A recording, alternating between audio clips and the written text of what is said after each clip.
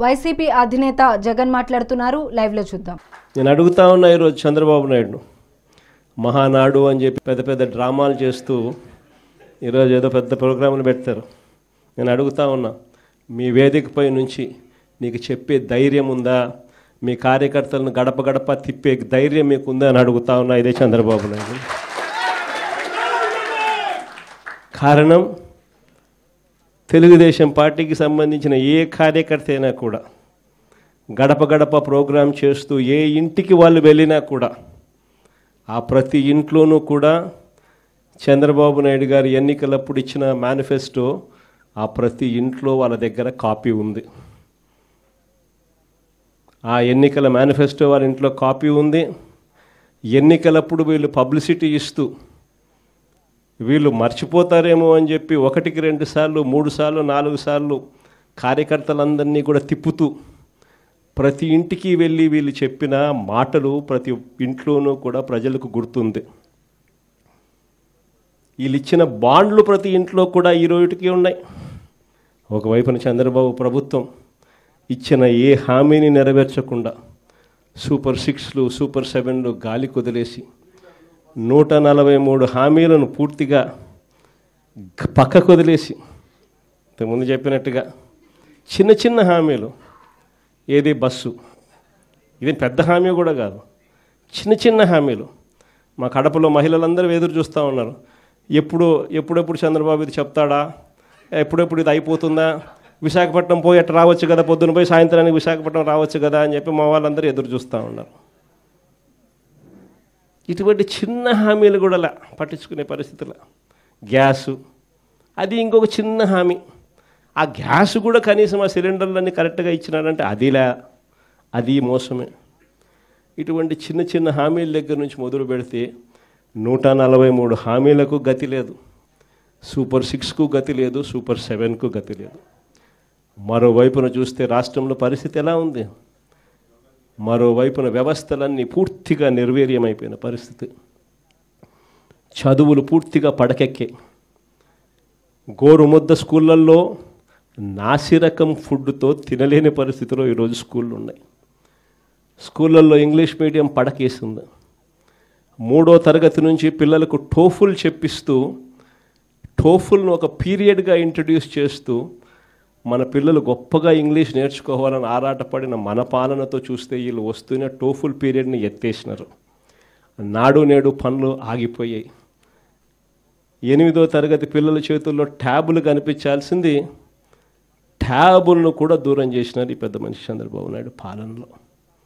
అమ్మఒడి ఇస్తూ తల్లులను ప్రోత్సహించాల్సింది పోయి అమ్మఒడికి పంగనామాలు పెట్టినాడు ఈ పెద్ద మనిషి చంద్రబాబు నాయుడు.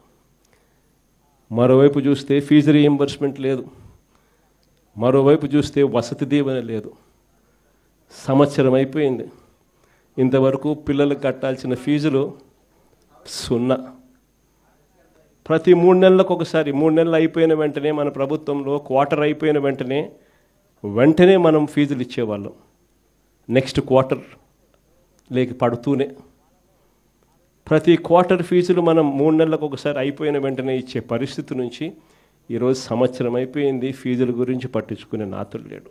ఫీజులు చూస్తే ఒకవైపున బాదుతూ ఉన్నారు, మరోవైపున పిల్లలను చదివించలేక తల్లిదండ్రులు చదువులు మానేస్తూ ఉన్న పరిస్థితులు. వసతి దీవెన పడకేసేస్తుంది.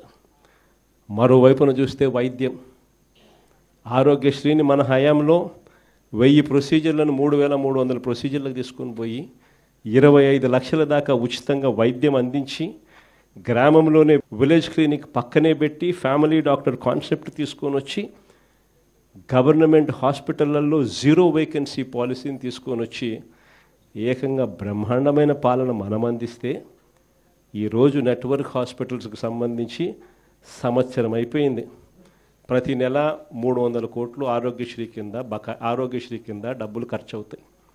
సంవత్సరం అయిపోయింది, 3600 కోట్లు, 300 ఇంటూ 12 నెలలు రూపాయల ఆరోగ్యశ్రీ హాస్పిటల్ మొత్తం, నెట్వర్క్ హాస్పిటల్స్ మొత్తం పూర్తిగా ఆరోగ్యశ్రీ పేషెంట్ను చూడడం మానేసినారు. ఈరోజు పేషెంట్కి ఏదైనా వైద్యం పరంగా ఏదైనా ఇబ్బంది వస్తే హాస్పిటల్కి పోతే ఆరోగ్యశ్రీ పేషెంట్కి అందక పేషెంట్ అప్పులు పాలైతే తప్ప వైద్యం అందని పరిస్థితిలో ఈరోజు వైద్యం పరిస్థితి గాలికి ఎగిరిపోయాయి. ఈ క్రాపింగ్ గాలికి ఎగిరిపోయింది. ఉచిత పంటల బీమా గాలికి ఎగిరిపోయింది.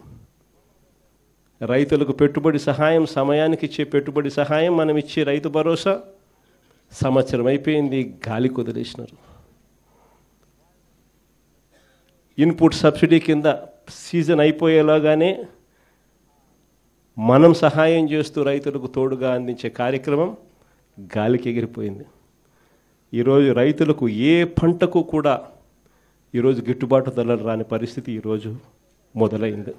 ధాన్యం అనేది ఈరోజు కొనుగోలు చేసే కార్యక్రమం ఏ రైతుకు కూడా కనీసము గిట్టుబాటు ధర ఇచ్చి ఎంఎస్పి ఇచ్చి కొనుగోలు చేసే పరిస్థితి లేదు.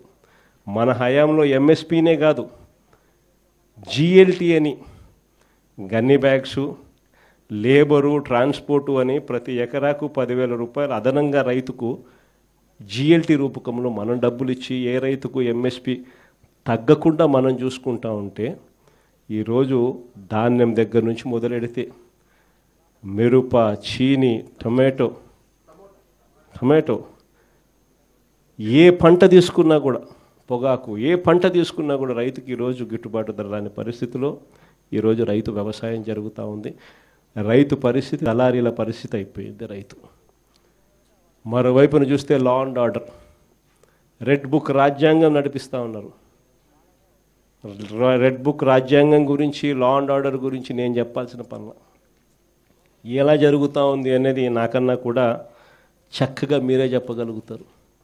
ఈరోజు చంద్రబాబు నాయుడు గారి పాలనలో జరుగుతూ ఉన్న వైఫల్యాలను, చంద్రబాబు నాయుడు గారి పాలనలో జరుగుతూ ఉన్న అన్యాయాలను ప్రశ్నిస్తే చాలు, ఆ ప్రశ్నించే గొంతు వినపడకుండా చేయడం కోసం ఏకంగా భయాన్ని సృష్టిస్తూ రెడ్ బుక్ రాజ్యాంగాన్ని నడుపుతూ ఉన్నారు. దొంగ కేసులు పెడతా ఉన్నారు, దొంగ సాక్ష్యాలను సృష్టిస్తూ ఉన్నారు. నిజంగా ఆశ్చర్యకరమైన విషయం. మన పల్నాడు నియోజకవర్గంలో చూస్తే, పల్నాడు నియోజకవర్గంలో వాళ్ళు కొట్లాడుకొని వాళ్ళ తెలుగుదేశం గ్రూప్ రాజకీయాలలో వాళ్ళు ఒకరిని బండి ఆపి చంపేస్తే ఆ బండిలో వచ్చిన వాళ్ళు ఆ బండి గుద్ది చంపేటప్పుడు ఆ బండి యాక్సిల్ ఇరిగిపోయి బండి అక్కడే వదిలేసాల్సిన పరిస్థితి వస్తే ఆ బండి ఎవరిది అని తెలుసు. చంపేటప్పుడు సాక్షులు, ప్రత్యక్ష సాక్షులు ఎవరు చంపినారో కూడా తెలుసు. అయిపోయిన వెంటనే ఎస్పీ వచ్చి వాళ్ళు కొట్లాడుకొని చంపుకున్నారు అని చెప్పి ఎస్పీ చెప్తే 2 రోజుల తర్వాత మన క్యాండిడేట్ని, మన ఎమ్మెల్యే క్యాండిడేట్ని దాంట్లోకి ఇరికిచ్చే కార్యక్రమం చేస్తూ ఉన్నారు. ఆశ్చర్యం కలిగించే విషయం. మాజీ మంత్రి కాకాని మొన్న ఈ మధ్యకాలంలోనే ఆయనను అరెస్ట్ చేసినారు. అది కూడా ఏంది, ఎలాంటి ఇల్లీగల్ మైనింగ్ గతంలో జరగలేదని ఒక చిన్న కేసు, ఆ కేసులో నుంచి బయటకు తీసినారు. అక్కడ ఇల్లీగల్ మైనింగ్ జరిగిందని, అప్పుడెప్పుడో జరిగిందని చెప్పి, ఆ మైన్లో జరిగిందని చెప్పి ఇప్పుడు బయటకు తీస్తూ ఉంటారు. ఆ మైనింగ్లో అప్పుడు ఇల్లీగల్ మైనింగ్ జరగలేదు అని చెప్పి రిపోర్ట్లు ఇచ్చిన అధికారులతోనే మళ్ళీ ప్లేట్ మార్పిచ్చి జరిగింది అని చెప్పి కాకాని గోవర్ధన్ అరెస్ట్ చేసినారు.